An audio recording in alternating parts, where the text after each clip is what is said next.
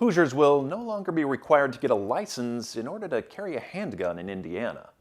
Star City's McKenna Adams has reaction to this new legislation that was signed Monday.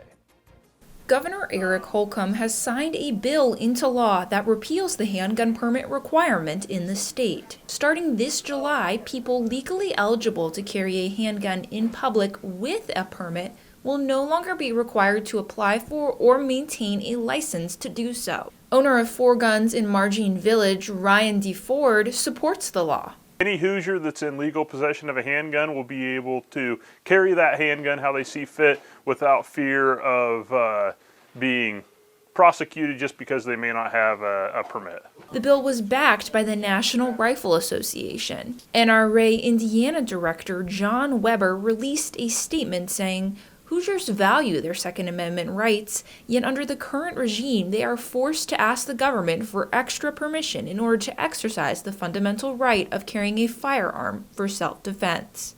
Bill 1296 was heavily criticized by law enforcement. Officers from the Indiana State Police and Indiana Association of Chiefs of Police testified against the bill due to safety concerns. Permits are a way for officers conducting traffic stops to quickly identify someone who should legally be carrying a handgun. Head of State Police Doug Carter initially opposed the bill.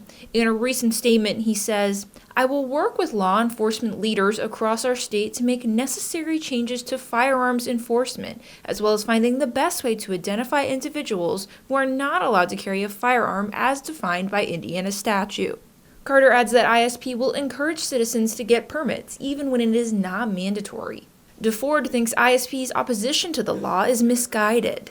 The people that have that permit are generally not the people that needed to worry about having a gun anyway. West Lafayette gun safety activist Kathy Parker went to the State House during the legislative session yesterday to voice her concerns. I don't understand why, with law enforcement opposing this bill, that it would then still pass by a legislature and a governor that claims to back the blue. I don't understand how that works. Parker advocates for safely exercising Second Amendment rights. I think we really need to push for mandatory background checks on all gun purchases, because now any 18-year-old in Indiana can go and buy a gun and carry it loaded in public, and I'm not really very trusting of that.